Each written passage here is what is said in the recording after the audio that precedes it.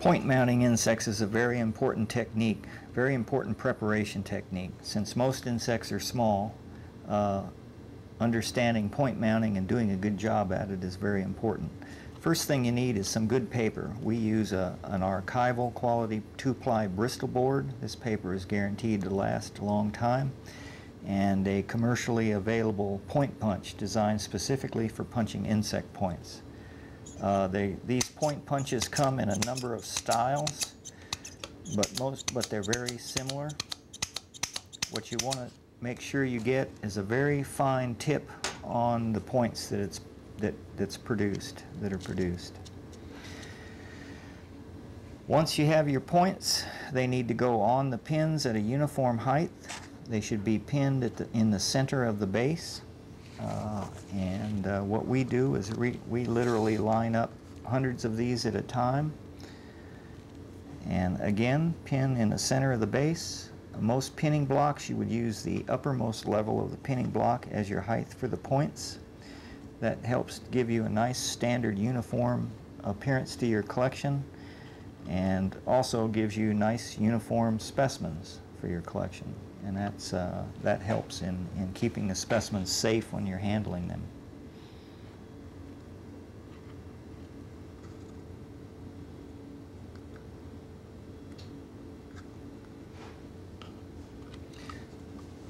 So the first step is to make yourself up a number of points. There are some special tricks to point mounting successfully. Most people believe that point mounting is particularly difficult, but actually it's quite easy with a little practice. You don't really need any special types of glue to do point mounting.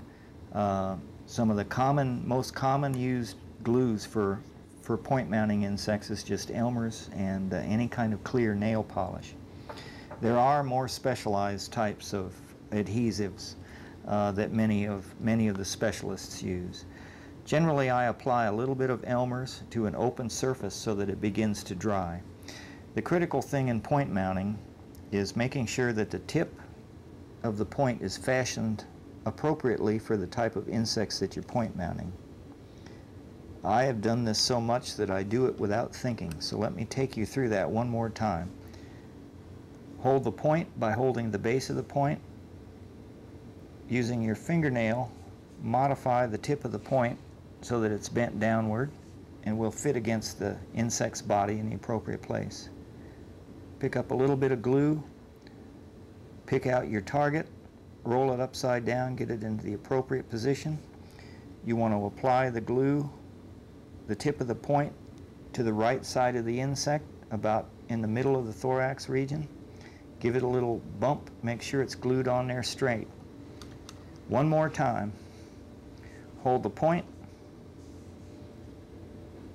modify the tip, pick up a little glue, pick out your target, apply the glue, the tip of the point, to the appropriate place on the insect's body, then bump him into position.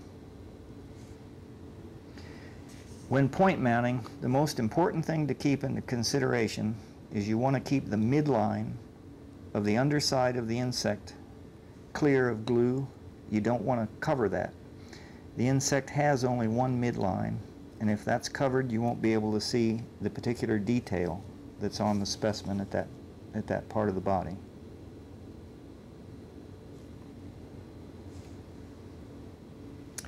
It's a little easier to see if we draw this on paper. This is a dorsal view of your bug.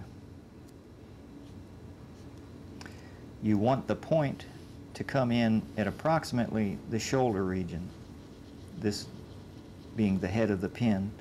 You want to attach to the insect at the shoulder region. Now, here's the most important thing. Imagine we take a cross section of that insect right there. The insect has depth. You want the point to come in and to be bent down and attach to the actual side of the insect.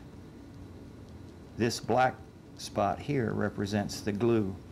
You notice that the midline of the underside is not covered up by the glue, and that's the most important aspect of point mounting insects is to keep the midline clear.